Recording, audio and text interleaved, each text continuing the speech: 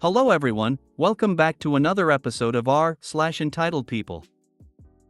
In today's episode, manager tries to scam me into paying for her joyride all over town. I make her pay for it herself.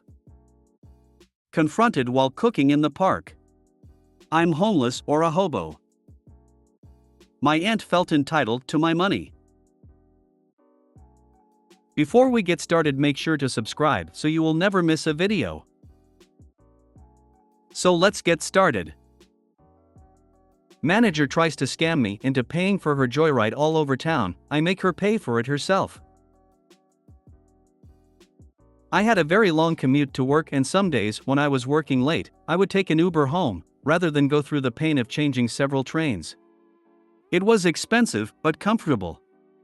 To keep a track of how much I was spending on Uber, I had a separate bank account and I would use only that account to pay Uber. In those days my manager and I were still on good terms. She got to know during one conversation that I made only online payments to Uber and rarely carried cash on me. So she decided to take advantage of this and one day pretended that she had lost her phone and needed to book a cab for her father, and so could I book it for her. I obliged, not telling her that I had opted for payment in cash rather than online payment while confirming the booking. And it turned out to be a good thing that I made that switch. She kept the cab for 6 hours and proceeded to roam all over the city. Next day she asked me why I had not informed her that payment was in cash. I showed her the map of the route she had traveled and the time the cab stayed with her. No. You are really not as smart as you think. I gotta know how many hundreds of dollars the bill was. Seriously, how much was it, OP? It's funny that she thought you wouldn't realize an easily $600 cab ride. OMG, don't stop at the middle of the story.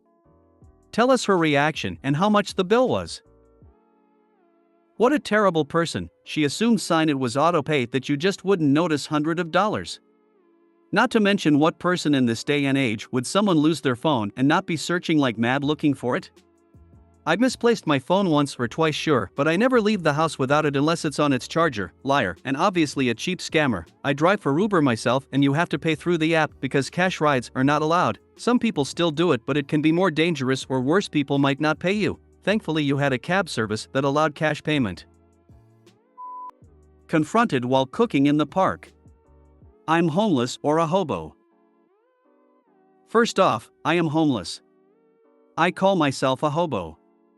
I have a job and I am working my way out of it. I usually go around town on my off time from work, going through parks, talking to other homeless people, shooting video, getting their stories, and posting about various events such as abandoned camps or evicted camp, stuff like that. I was out most of the day doing that, and I started to get hungry.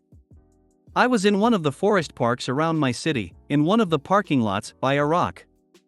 I put my very large bag on the ground, got out my cooking pot and my portable stove, and popped open a can of beefaroni. Okay, 2 cans. I set up and started to cook. I was there, maybe 5 minutes. Things were starting to get warm when this woman walked over to me and just started yammering that I couldn't be doing that here. I stood up, and she's pointing her finger, saying, "You can't be doing that here. I was just trying to make something to eat." At the moment, yes, I don't look fantastic. I wear an old hoodie when I'm walking around the woods and visiting the camps to make the other hobos feel more comfortable. It would freak them out if I came and said, "I'm like you guys. Let's have a talk," if I were dressed in a suit and tie, you know? She told me that people like myself make this area dangerous. Honestly, I'm not a danger. I'm just a regular dude down on his luck.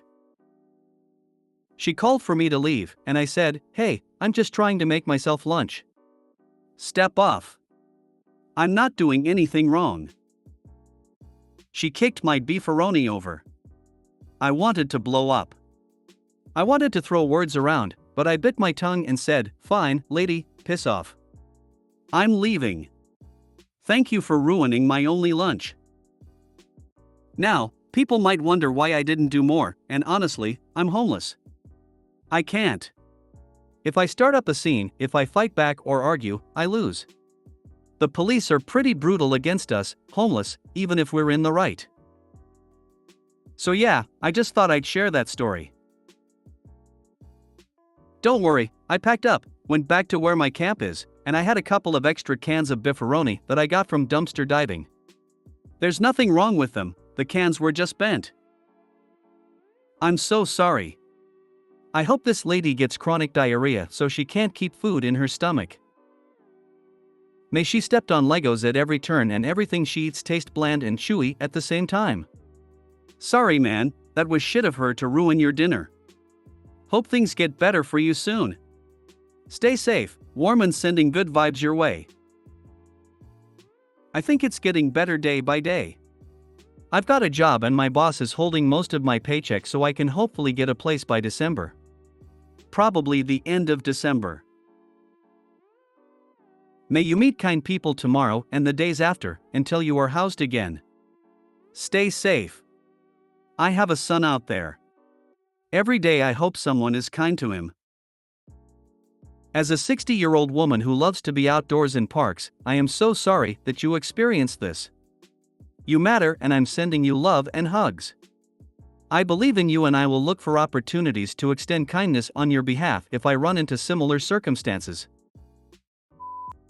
My aunt felt entitled to my money. At the beginning of the year, I decided to move across the country and change career.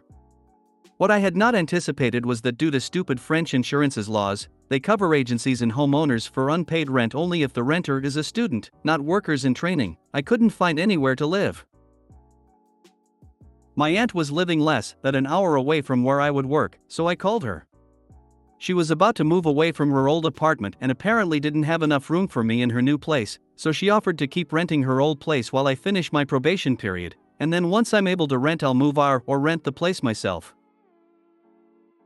But it came with condition. I had to pay her the entire caution in case I break anything, and I had to buy her the kitchen she had installed and several other furniture because it was a pain to move it. I also had to only have moving boxes, no furniture. I had to argue to let me have a freaking fridge. I moved in and stayed for the 3 months probation, then I decided that I preferred to live next to my job and moves out. I cleaned my aunt's apartment, moved out my things and the furniture she sold me, except for the kitchen, and left. Because I was here illegally, no choice, my name was never on the contract, but I still paid my aunt to rent every month. I believed she would receive the entire caution back and give it to me. Plus, she said she will try to resell the kitchen to the new renters, and that would allow me to have again some money back. She texted me yesterday, she will only receive 30% of the caution back. Here are the reasons. She lost a key and it has to be replaced. I insist, SHE lost a key. Charges to pay. Garbages taxes. Here is the kicker, those are the charges for the entire year, but I only stayed 3 months, and still she is making me pay the entire taxes. I wouldn't mind paying them for the 3 months I stayed, but I find the entire year to be exaggerated. Plus, I didn't lose the key, she did, and still it's up to me to pay. Her reason, we agreed I would only give you the money the agency is giving me back. I'm screwed, because I was there illegally, so I don't have a leg to stand on. I will just remember never to trade with that aunt again. You may not have a leg to stand on legally, but you could tell your family what your aunt is doing. Your parents or grandparents should have your back. Your aunt is trying to take advantage of you because she believes you can't do anything about it. Make sure your family knows not to get into a financial relationship with your aunt. If you were there illegally, isn't your aunt liable? Do nothing. It's on her to fix, not you. I think that since there was nothing on paper, it works both ways. You do give a leg to stand on because she can't force you through legal means. She was breaking the law too. If you made it to the end of the video, thanks for watching. Don't forget to like, subscribe and share, and we will see you in the next video.